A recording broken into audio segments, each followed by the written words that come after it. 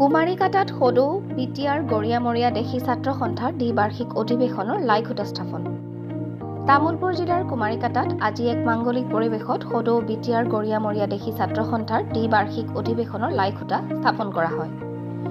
অৱসৰপ্ৰাপ্ত শিক্ষক দুলাল দাসে ধৰ্মীয় ৰীতি নীতিৰে অধিৱেশনৰ লাইখুটা স্থাপন কৰে। তেওঁক সহযোগ কৰে অভ্যৰ্থনা সমিতিৰ সভাপতি দুলুজিৎ ভৰালী, কাৰ্যকৰী সভাপতি মইনুল হক চৌধুৰী, সদৌ বিটিআৰ গৰিয়ামৰীয়া দেশী ছাত্ৰ সন্থাৰ কেন্দ্ৰীয় সভাপতি হাছিম আলী সহ কেইবাগৰাকী বিশিষ্ট ব্যক্তিয়ে। প্ৰথমতে ইছলাম ধৰ্মৰ ৰীতি নীতিৰে আল্লাহৰ ওচৰত সকলোৱে দোৱা কৰাৰ পাছতে অৱসৰপ্ৰাপ্ত শিক্ষক দুলাল দাসে হিন্দু ধৰ্মৰ ৰীতি নীতিৰে মন্ত্ৰ উচ্চাৰণ কৰি কাৰ্যসূচীৰ শুভাৰম্ভ কৰে। আজিৰ এই কাৰ্যসূচীত উদ্যোক্তাসকলে আগন্তুক 30 আৰু 31 জানুৱাৰীত হ'বলগীয়া সদৌ বিটিআৰ গৰিয়ামৰীয়া দেশী ছাত্ৰ সন্থাৰ দ্বিবাৰ্ষিক অধিৱেশনসমূহ কাৰ্যসূচীত সৰ্বস্তৰৰ ৰাইজৰ সহায় সহযোগ তথা উপস্থিতি আন্তৰিকতাৰে কামনা কৰিছে। গৰিয়া দেশী ছাত্ৰ সন্থাৰ দ্বিতীয় দ্বিবাৰ্ষিক কেন্দ্ৰীয় কুমাৰীকাটা অধিৱেশন আমাৰ 30 আৰু 31 জানুৱাৰী তাৰিখে অনুষ্ঠিত হ'ব।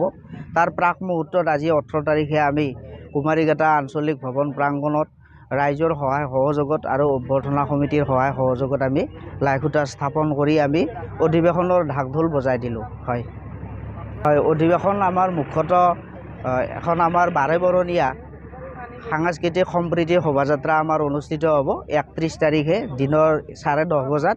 তাৰপিছতে আমি 3 বজাৰ পৰা আমি মুকলি সভাৰ অনুষ্ঠান ৰাখিছোঁ। হয়, আমাৰ অধিৱেশনখনত নিৰ্দিষ্ট বক্তা হিচাপে থাকিব মাননীয় ঋষিকেশ গোস্বামী ডাঙৰীয়া। তেখেত বৰ্তমান অসম শিশু অধিকাৰ ন্যাসৰ তেখেত ডিৰেক্টৰ। তেওঁ আমাৰ নিৰ্দিষ্ট বক্তা হিচাপে থাকিব। ইয়াৰ উপৰি বিশিষ্ট অতিথি হিচাপে থাকিব মাননীয় BTC প্ৰধান প্ৰমোদ বড়ো ডাঙৰীয়া আৰু লগত থাকিব অসম চৰকাৰৰ কেবিনেট মন্ত্ৰী জয়ন্ত মল্ল বৰুৱা ডাঙৰীয়া। সদৌ BTAD গৰিয়ামৰীয়া দেশীয়া ছাত্ৰ সন্থাৰ তামোলপুৰৰ দ্বিতীয় দ্বিবাৰ্ষিক অধিৱেশন আৰু আজিৰ প্ৰথম কাৰ্যসূচী আমাৰ লাইখুটা।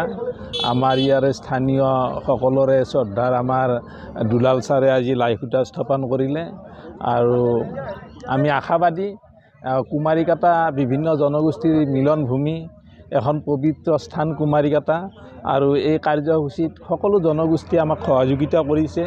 যি দুদিনৰ কাৰ্যসূচী আছে আমাৰ 30-31, মই আশা কৰিছোঁ আমাৰ কুমাৰীকাটা ৰাইজৰ সহযোগত এখন সাফল্যমণ্ডিত আমাৰ অনুষ্ঠান হ'ব বুলি মই আশাবাদী। পৰিস্থিতি আমাৰ ভালেই চলি আছে।